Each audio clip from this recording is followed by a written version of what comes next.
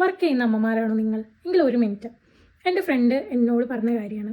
അവൾക്ക് ഈയിടെയായിട്ട് ഒരു ജോബ് ശരിയായി. അപ്പോൾ ആദ്യം ചെയ്തത് അവളുടെ കുട്ടീനെ ഡേ കെയറിലാക്കി.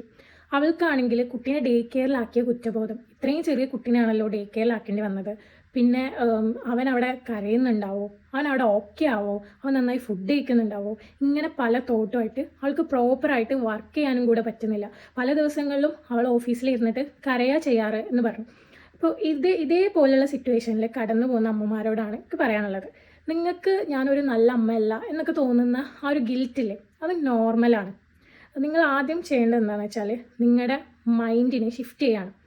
അതായത് നിങ്ങളവിടെ കുട്ടീനെ വിട്ടിട്ട് വരാ എന്നതിനർത്ഥം നിങ്ങൾക്ക് കുട്ടീനോട് സ്നേഹം ഇല്ല എന്നുള്ളതല്ല. മറിച്ച് നിങ്ങളുടെ പ്രസൻസ് ആണ് ഇമ്പോർട്ടൻറ്റ്. അതായത് നിങ്ങളുള്ള സമയം അത് നല്ല ക്വാളിറ്റിയിൽ കൊടുക്കാൻ നോക്കുക, ക്വാണ്ടിറ്റിയിലല്ല കാര്യം. അതായത് ഇപ്പോൾ ഒരു 15 മിനിറ്റ് ആണെങ്കിൽ കൂടി കുട്ടീൻ്റെ കൂടെ പ്രോപ്പറായിട്ട് കളിക്കാം. നിങ്ങൾ കണ്ടിട്ടില്ലേ ഈ അച്ഛന്മാർ രാവിലെ മുതൽ രാത്രി വരെ ചിലപ്പോൾ അമ്മമാരാവും നോക്കിയിട്ടുണ്ടാവുക. പക്ഷെ അച്ഛന്മാരെ കുറച്ച് നേരം കാണുന്നുണ്ടാവുള്ളൂ. എന്നാലും അവരോടായിരിക്കും കൂടുതൽ സ്നേഹം. കാരണം എന്താ, അവർ കൊടുക്കുന്ന സമയം നല്ല ക്വാളിറ്റിയിലായിരിക്കും കൊടുക്കുന്നുണ്ടാവുക. അതേപോലെ നല്ല ക്വാളിറ്റിയിൽ കൊടുത്താൽ മതി. പിന്നെ രണ്ടാമത്തെ കാര്യം, നിങ്ങളെ ഗ്രൗണ്ട് ചെയ്യാനുള്ള സംഭവങ്ങൾ നോക്കുക. നിങ്ങൾ ഇമോഷണലി ഡ്രെയിൻ ഔട്ട് ചെയ്യുന്ന സമയത്ത് നിങ്ങൾ ഗ്രൗണ്ടഡ് ആക്കാൻ വേണ്ടിയിട്ട് നിങ്ങൾക്ക് എന്തൊക്കെ ചെയ്യാൻ പറ്റും ആ കാര്യങ്ങളൊക്കെ ചെയ്യാം. പിന്നെ ഈ യൂണിസെഫ്, ഹാർവാർഡ് യൂണിവേഴ്സിറ്റി ഈ സ്റ്റഡീസൊക്കെ പറയുന്നത് കുട്ടികൾക്ക് കോൺസ്റ്റൻറ്റ് പ്രസൻസ് അല്ല ആവശ്യം. അവർക്ക് അതില്ലെങ്കിൽ കൂടി നമ്മൾ പ്രോപ്പറായിട്ട് ലവും കെയറും കൊടുത്താൽ തന്നെ അവർക്ക് ജീവിക്കാൻ വേണ്ടി പറ്റും.